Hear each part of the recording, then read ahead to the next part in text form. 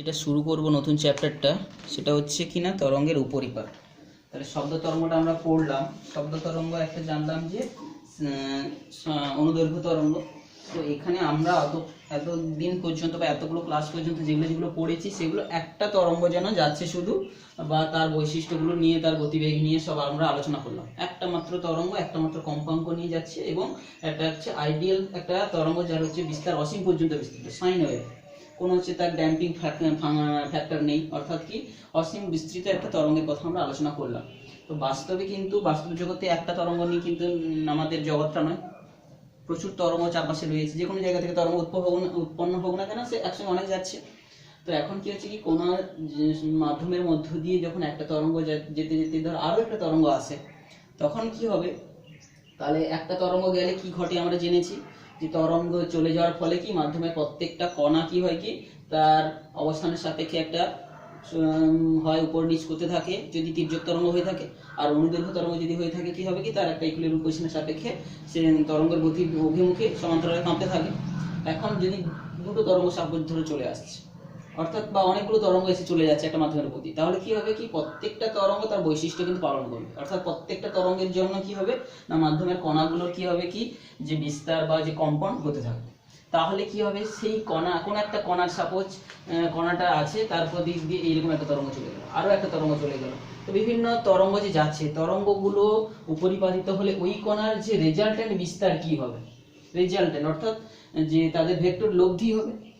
বোঝা গেল? ওই কণাটা আলটিমেট কোন দিকে যাবে। তাহলে প্রত্যেকটা যখন আমি একটা তরঙ্গ সাপোজ এই দিকে যাচ্ছি, মানে কি এই কণাটা সাপোজ কোন দিকে, এই তরঙ্গের জন্য উপর দিয়ে নিচে কাঁপা শুরু করছিল, আরো পাইবো আরো একটা কোন তরঙ্গ ধরো এরকম পারপেন্ডিকুলারলি এইভাবে যাচ্ছে, তখন কি তার অভিমুখে কাঁপানোর চেষ্টা করবে। আরো একটা যাচ্ছে, ধরো আমরা এখানে আঁকতে পাচ্ছি না, ধরো আরেকটা কোণ করে যাচ্ছে, তাহলে কি হবে প্রত্যেকের জন্য প্রত্যেকে তাকে কাঁপানোর চেষ্টা করবে। তাহলে ওর রেজাল্টেন্ট কি হবে, অর্থাৎ সে কি হবে সবগুলো যে ফোর্স পাচ্ছে তার লব্ধি বরাবর সে তার স্মরণ হবে।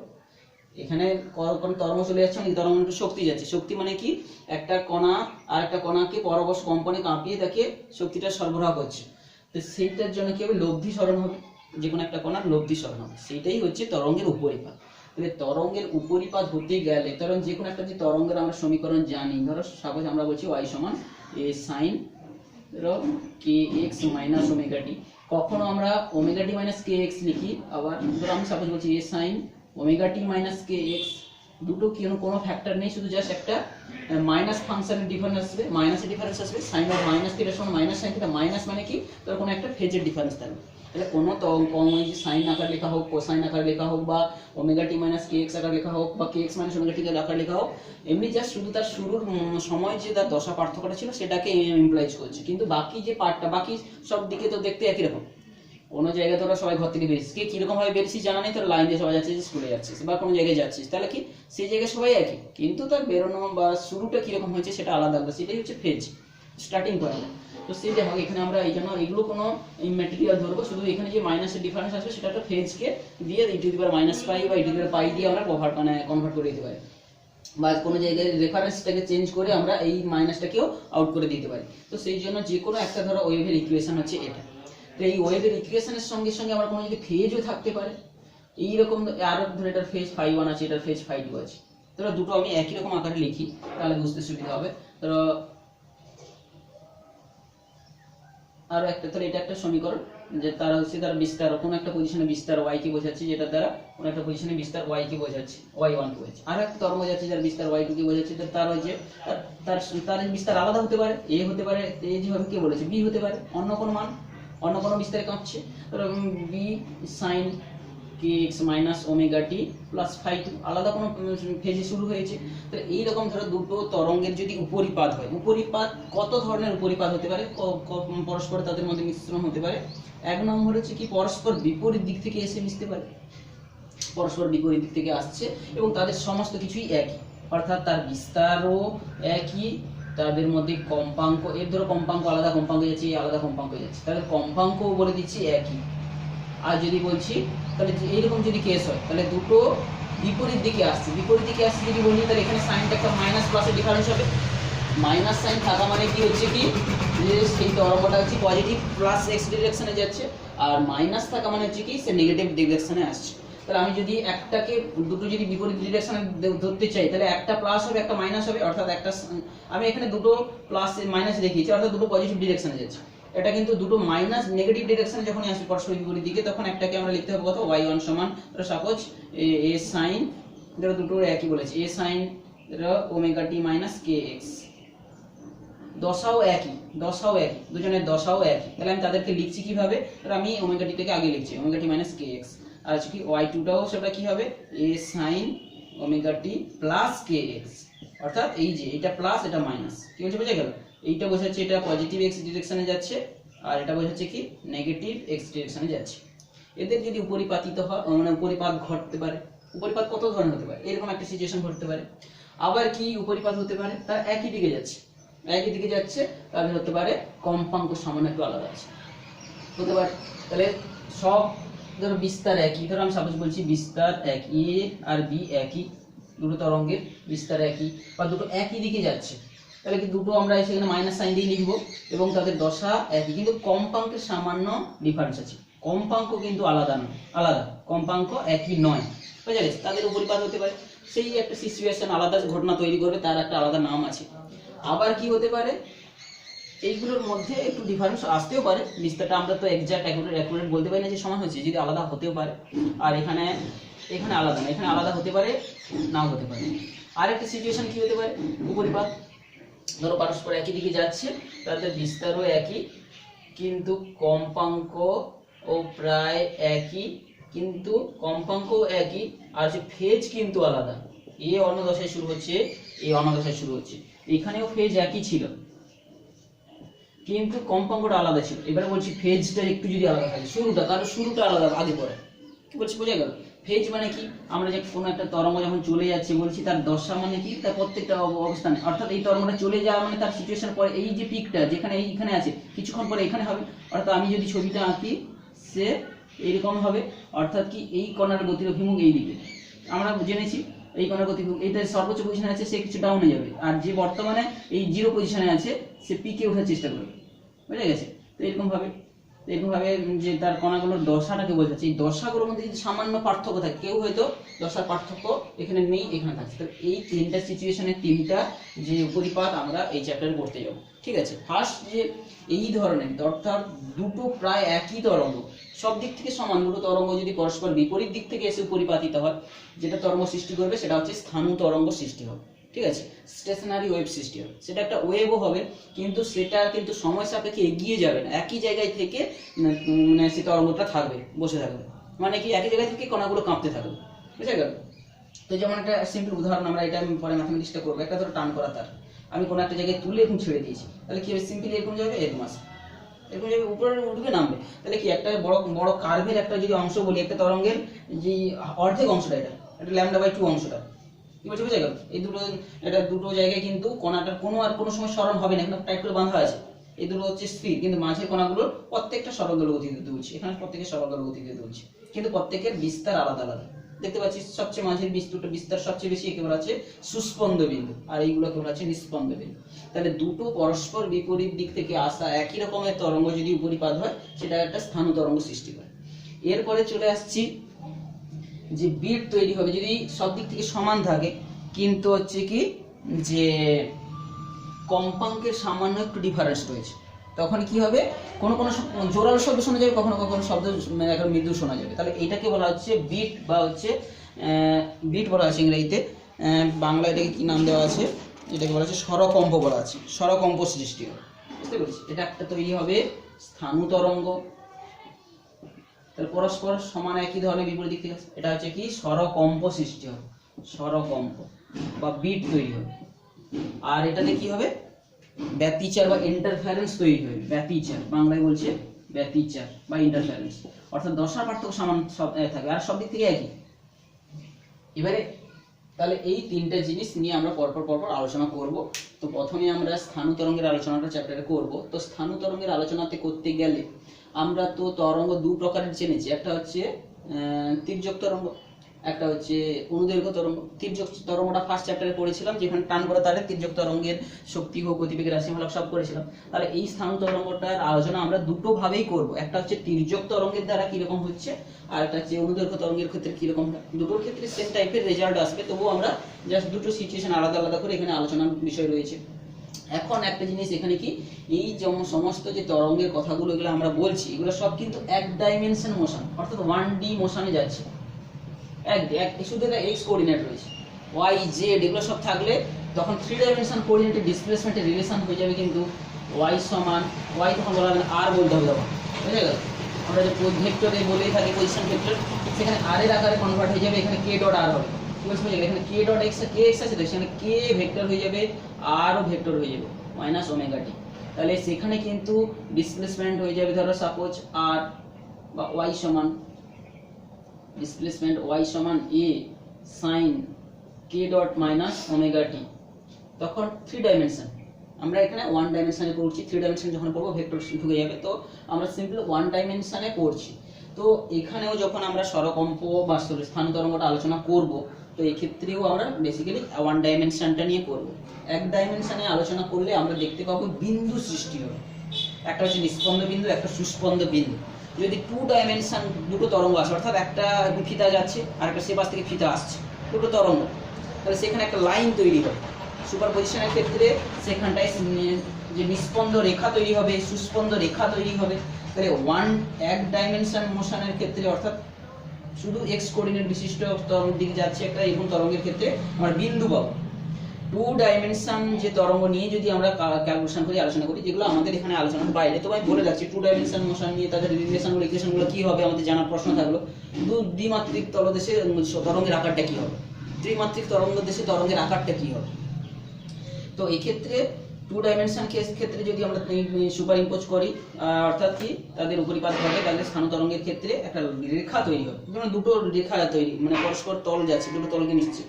আর 3 ডাইমেনশনের ক্ষেত্রে কি হবে, একটা তল তৈরি হবে, এখানে একটা রেখা তৈরি হবে, এটা রেখা তৈরি হবে, এখানে বিন্দু তৈরি হবে, সুস্পন্দ হোক নিস্পন্দ হোক এই বিন্দুগুলো তৈরি হবে, এখানে সুস্পন্দ রেখা নিস্পন্দ রেখা তৈরি হবে। আর 3 ডাইমেনশন মোশন যে তরঙ্গ যদি ধরি, 3 ডাইমেনশন 3 দিকে ছড়িয়ে যাচ্ছে এরকম তরঙ্গ যদি বহির্বাতিত হচ্ছে, তাদের ক্ষেত্রে কি হবে, তল তৈরি হবে। তল তৈরি হবে মানে কি, সুস্পন্দ তল, একটা তল।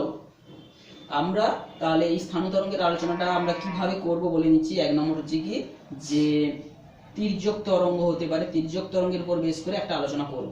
সেই তির্যক তরঙ্গের 1 ডাইমেনশন মোশন আলোচনা করব শুধু, আর বাকি 2 ডাইমেনশন 3 ডাইমেনশন আমরা আলোচনা করব না, আমাদের সিলেবাসের বাইরে। আপাতত জাস্ট আমরা কনসেপ্টে করে কি হয় আমরা জেনে রাখবো। আর ঠিক সেরকম আর একটা টাইপের যে অনুদৈর্ঘ্য তরঙ্গের ক্ষেত্রেও আমরা অনুদৈর্ঘ্য তরঙ্গের ক্ষেত্রে স্থান তরঙ্গের আলোচনাটা করব, কিন্তু এক্ষেত্রেও আমরা বিশেষ করে এখানে 3 ডাইমেনশনটা করব।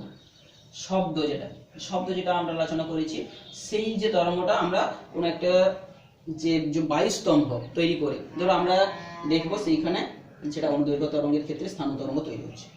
তো এই স্থান তরঙ্গটা কোথায় আমরা দেখতে পাবো, যে কোনো যে বাদ্যযন্ত্র, যেমন বলে থাকি সেতার, গিটার, এই সমস্ত যে জায়গাগুলোতে, এগুলো কিন্তু সব স্থান তরঙ্গই তৈরি করা হয়।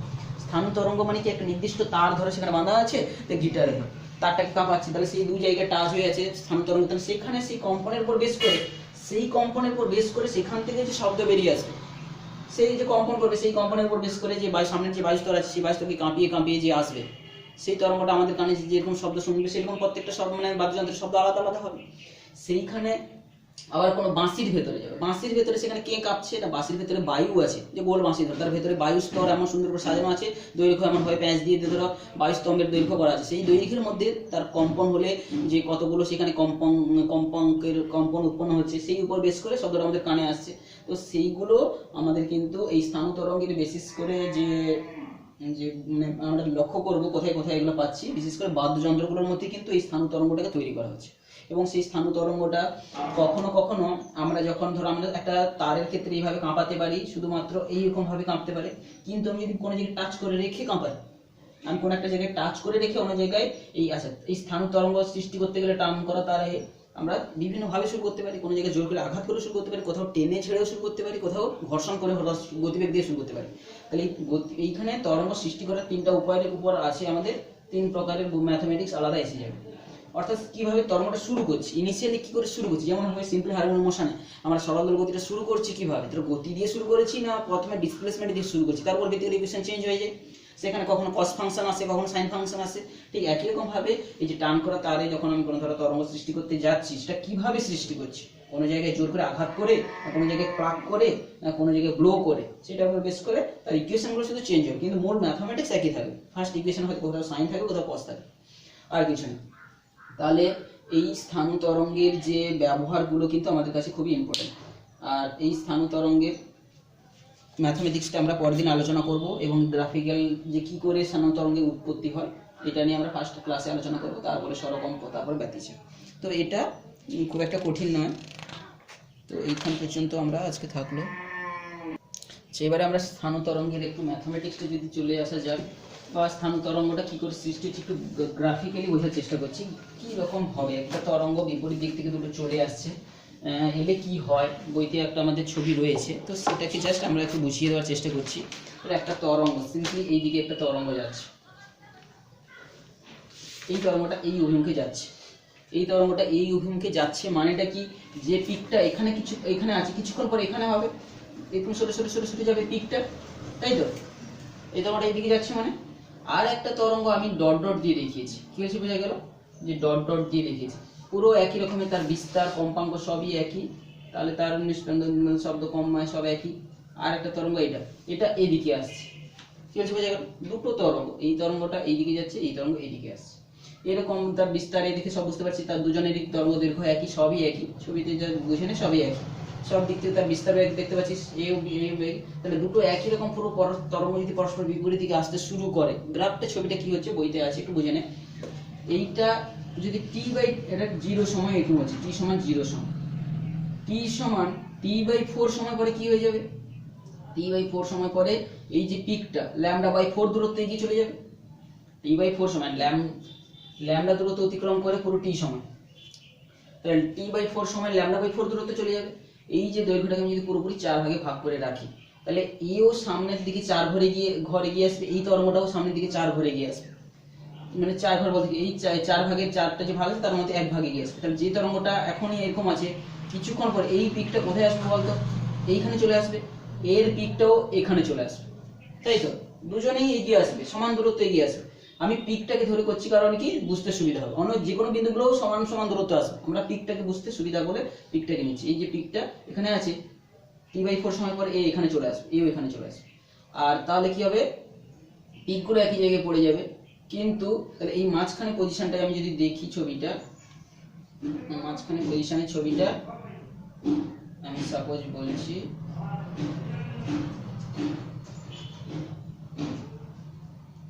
এই তরঙ্গটা যখন কিছুটা এগিয়ে চলে যাবে, এই নিচের দিক থেকে যে বাকি পার্টগুলো এখান থেকে শুরু হবে, আমি এইটা দেখাচ্ছি, এই এই এই 0 পজিশনে বর্তমানে এই পিকটা চলে আসবে, ছবিটা এইখানে চলে আসবে, বুঝতে পেরেছিস। এই যে তরঙ্গটা যেটা সলিড কার্ভ রেখেছি, ওটা কিছু দূর এগিয়ে চলে গেল, এগিয়ে চলে এরকম হবে তো, এটাকে ধরে ধরে মনে করে ভাবে এইদিকে চলে আসছে, তাহলে এইটা যেহেতু নেমে যাবে, এইটা এখানে উঠে আসবে, এটার যে বাকি পার্টটা এখানে ঢুকে যাবে, আর এটাকে এইদিকে নিয়ে চলে আসছিস, তাহলে কি হবে, সেটার কেসও সিমিলার হবে। তাহলে এই তরঙ্গের যে বাকি পার্টটা সে এগিয়ে এসে তার পজিশন দখল করবে, বুঝতে পেরেছিস, এইদিকে সেও একই পজিশনে চলে আসবে। তাহলে এই দুটো তরঙ্গ একই হয়ে যাবে মানে কি এদের রেজাল্টেন্ট তরঙ্গটা কি হবে, বেড়ে যাবে। এই দুজনের জায়গায় জুড়েছে, তাহলে এই দিকখানে বেড়ে যাবে, এই দুজন একই দশায় মিলিত হয়েছে, তারা উপর দিকে বেড়ে যাবে, এটা হচ্ছে রেজাল্টেন্ট হয়ে যাবে, কিছু বুঝে গেল। এরপরে চলে আসি আবার আরো t/2 সময় পরে, আরো সময় পরে কি হয়ে যাবে, এই সলিড কার্ভটা যেটা এখানে এসেছিল, এইটা এখানে পিক হবে, এটা t/4 এটা এঁকেছি, t/2 সময় পরে এই পিকটা এখানে চলে আসবে, কি বলছে বুঝে গেল। তাহলে এই পিকটা যদি এখানে চলে আসে, বাকি পার্টগুলো কি হবে, তাহলে এইখানে হয়েছিল, তাহলে এইখান থেকে শুরু হয়ে এই ছবিগুলো আঁকাটা একটু, তাহলে এই তরঙ্গটা একটু এগিয়ে যাবে, তাহলে কি হচ্ছে কি এখান থেকে শুরু হয়ে এখানে পিক হয়ে এইখানে আসবে, এইরকম হবে, পিকটা সরে চলে গেছে, এই পিকটাকে এখানে চলে আসা মানে কি এই যে নিচে নিচের পার্টগুলো ধীরে ধীরে এখানে জায়গা দখল করে নেবে, এটা দখল করে এখানে চলে যাবে। আর এই পিকটা এই তরঙ্গটা যেটা এখানে ছিল, এটা যখন এইখানে চলে আসবে, এই যে ডট ডট যে তরঙ্গটা সেটা যখন আরো t/2 পরে পুরো এইখানে চলে আসবে, তাহলে তার বাকি পার্টগুলো কি হবে, এইখান থেকে শুরু হবে, এই যে বাকি পার্ট এইখান থেকে শুরু হয়ে ডট ডট ডট ডট যে পার্টটা এইরকম হবে। বুঝতে পেরেছিস? t/4 2 এর সময় পরে অর্থাৎ পরস্পর বিপরীত দশায় মিলিত হয়ে যাচ্ছে, তখন কি রেজাল্ট্যান্ট তরঙ্গটা কি হবে, এইটা হচ্ছে রেজাল্ট্যান্ট তরঙ্গ। অর্থাৎ যে ক্ষেত্রে এই রেজাল্ট্যান্ট তরঙ্গটা শুরুর সময় ধরো একবার জাস্ট আসা শুরু হয়েছিল আমরা, তাহলে এইটা হচ্ছে রেজাল্ট্যান্ট, যে লব্ধি, এক্ষেত্রে এটা হচ্ছে লব্ধি। আবার ঠিক একবার 3/2 পরেও আমরা ছবিটা আঁকতে পারবো, তোরা নিজেরা বুঝে বুঝে ছবিটা আঁকতে পারিস।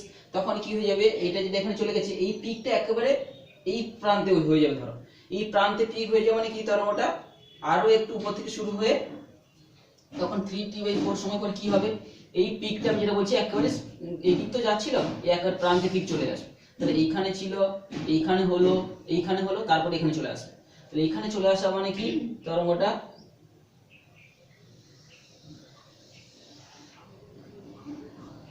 এখানে হবে, সেই তরঙ্গটাকে বাকি পার্টটাকে আঁকার চেষ্টা করছি, এই পজিশনে যে পিকটা আসবে সেইটা এরকমই হয়ে যাবে।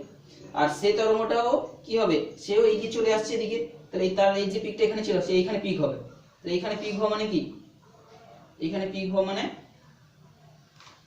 সেও ডট ডট ডট ডট আকারে একই রকম পজিশনে মিশবে সবাই। বুঝতে পেরেছিস?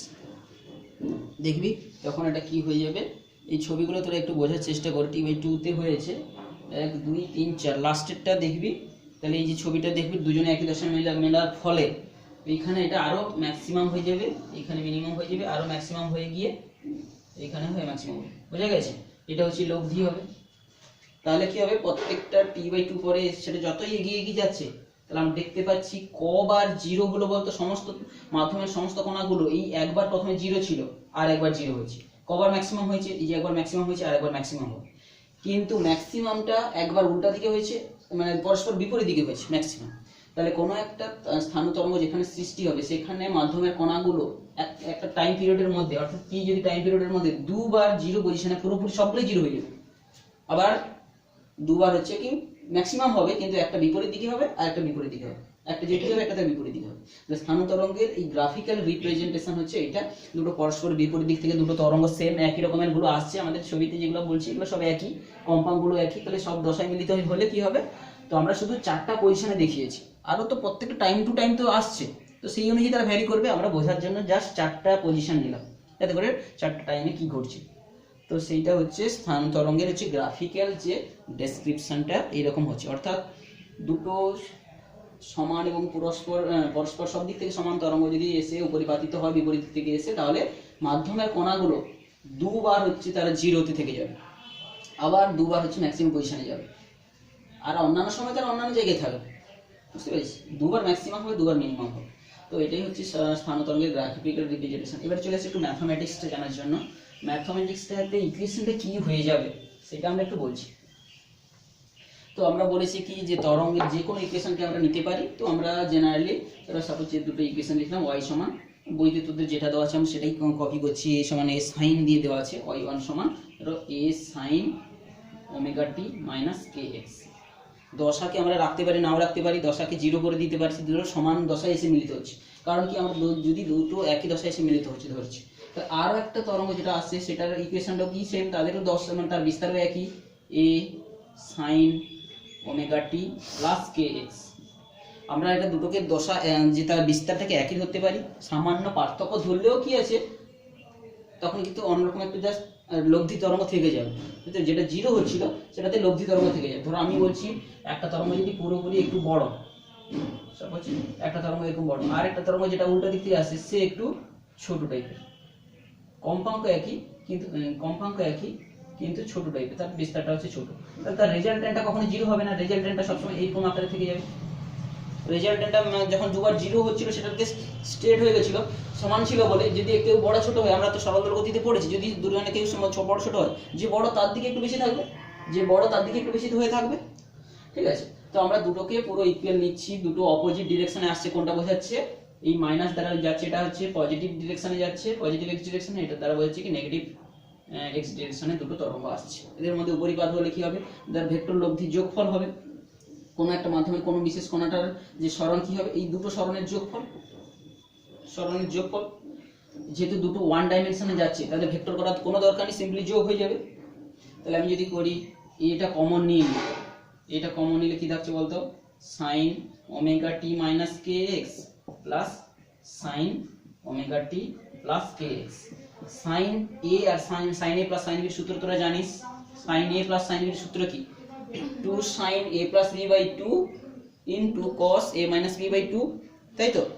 এই সূত্রটাই তো সাইন এ প্লাস সাইন বির সূত্র, sine A plus sine B অর্থাৎ যোগফল থেকে গুণফলের সূত্রে রূপান্তরিত কি, sine A plus sine B সূত্র কি, 2 sine A plus B by 2 into cos A minus B by 2, এটাই তো। তাহলে এই ইকুয়েশনটা এটাকে মনে মনে এ ভাব, এটাকে মনে মনে বি ভাব। তাহলে এ হচ্ছে কি, আমি ধরে ভাবছি 2 sine A plus B, A plus যখন বি করব কে কেটা কেটে যাবে, ওমেগা টি থাকবে, তাহলে A plus 2 omega t by 2 মানে কি ওমেগা টি। আচ্ছা, cos a minus B by 2, a minus B যখনই করব কেটা প্লাস হয়ে যাবে, ওমেগা টিটা কেটে চলে যাবে, তাই তো 2kx বাই 2, আর মাইনাস সাইন থাকবে, মাইনাস মাইনাসে cos অফ মাইনাস মানে মাইনাস হয়, cos মাইনাস থিটা মানে কি cos theta, cos of minus theta সমান হচ্ছে কি cos theta, cos of minus theta সমান কি cos থিটা, cos থিটা। তাহলে cos অফ মাইনাস থিটা সমান cos থিটা, এভাবে লিখেছি, সমস্যা হচ্ছে cos of minus theta is equal to cos theta. তো এই জায়গায় আমরা সেটাকে যদি কনভার্ট করে দিই, 2টাকে সামনে নিয়ে চলে আসি, 2a cos এই পার্টটাকে নিয়ে চলে আসছে, cos kx আর হচ্ছে sin ওমেগা t। এই kটাকে যদি আমি একটু ভাগ করে দিই, 2a cos k মানে 2 pi by lambda, 2 pi by lambda into x into sin ওমেগা t।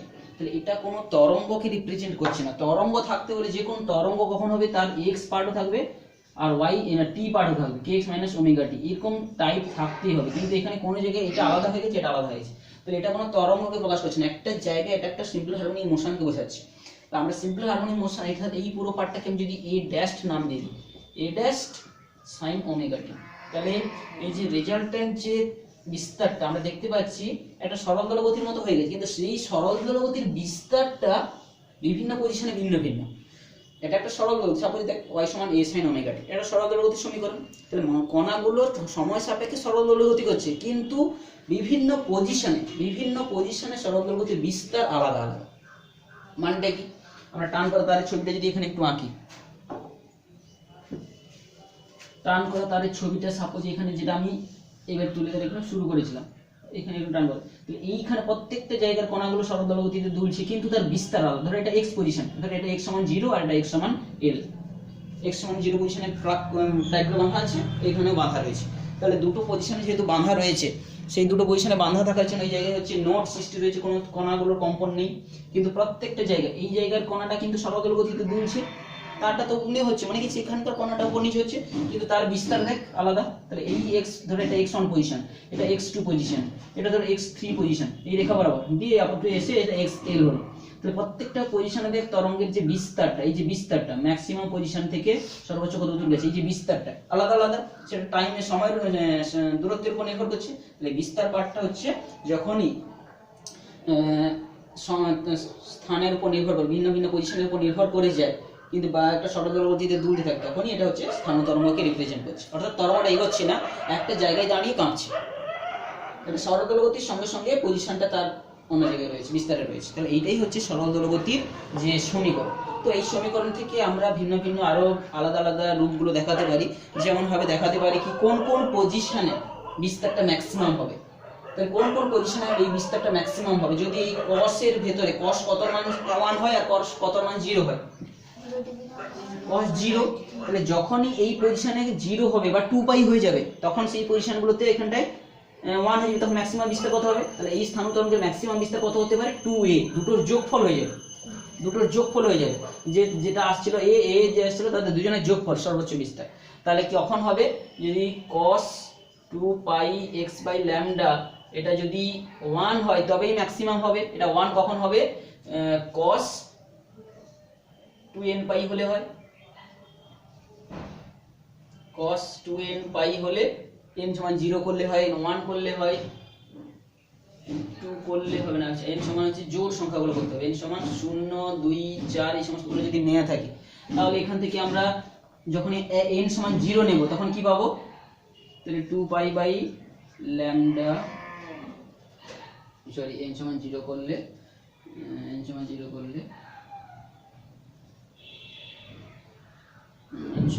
করলে কি আমরা পাচ্ছি x সমান 0 করলে পেয়ে যাবো, x সমান 0 তে পাবো একটা x সমান 0,